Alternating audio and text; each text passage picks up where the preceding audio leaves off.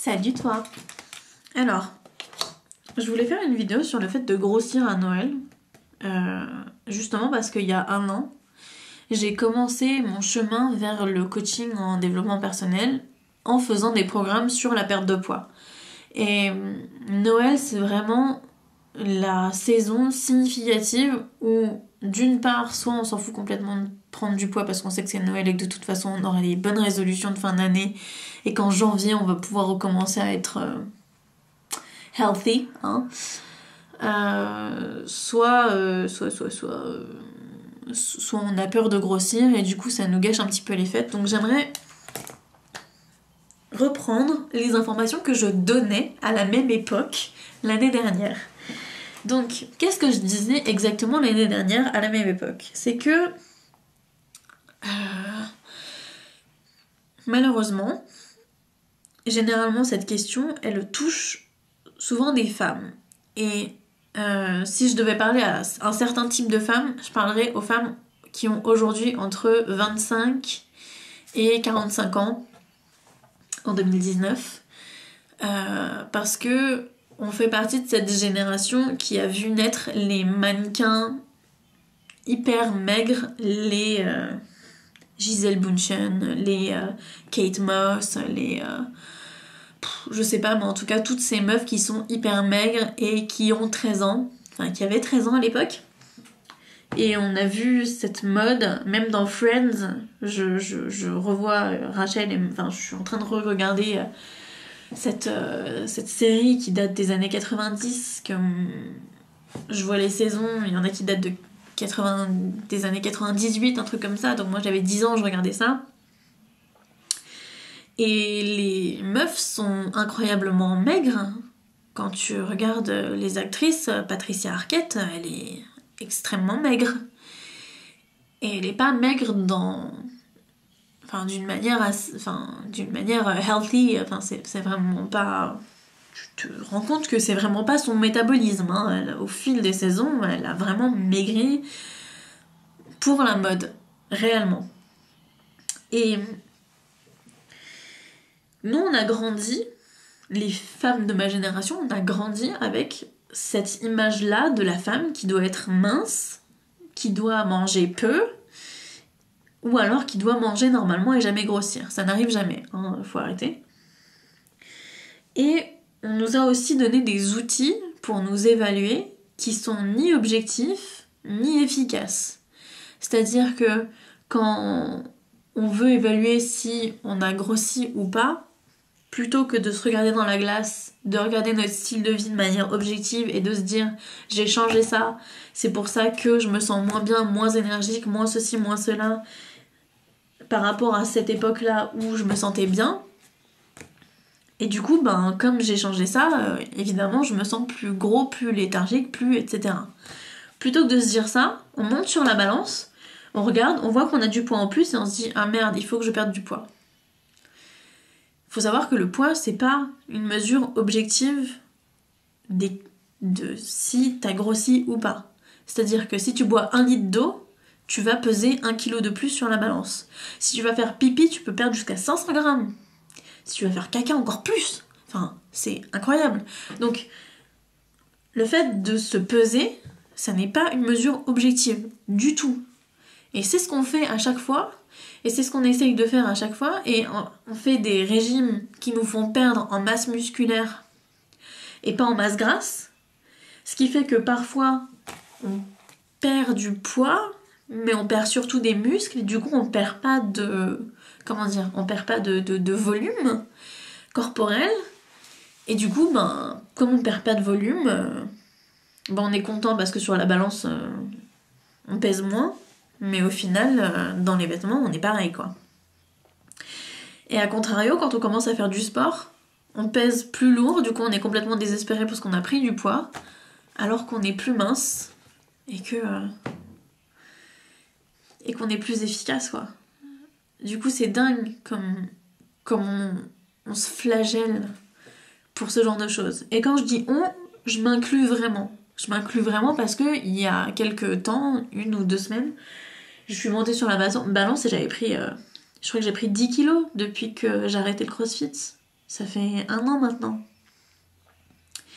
Et ça m'a fait mal, quoi. Ça m'a fait mal de me dire, voilà, je pèse ce poids-là. J'en suis arrivée là. Alors que j'avais fait tous ces efforts et que je me sentais tellement bien dans mon corps, dans ma vie, quoi. C'est terrible de se dire, je suis arrivée tellement bas. Et tout ça juste parce que je suis montée sur la balance.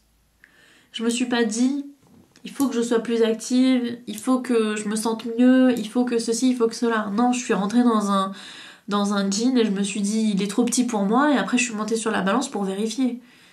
Alors que je sais, moi-même, en étant coach en développement personnel, en ayant commencé par des programmes d'amincissement et de rééducation alimentaire, je sais très bien, intellectuellement, comment ça marche. Je le sais. Mais mes émotions, elles ne marchent pas comme ça. Et c'est pour ça qu'on parle aux gens en émotion quand on utilise l'hypnose pour perdre du poids. Et c'est ça que je faisais à l'époque. Et j'ai eu des super résultats parce que j'avais un de mes clients qui en a fait un article qui est dans The Instant. D'ailleurs, je devrais le mettre en lien, je vais l'écrire. Donc voilà. Et on a découvert plein de trucs ensemble et ça s'est hyper bien passé. Et on a géré plein d'autres choses avec plein d'autres clients et ça a été génial.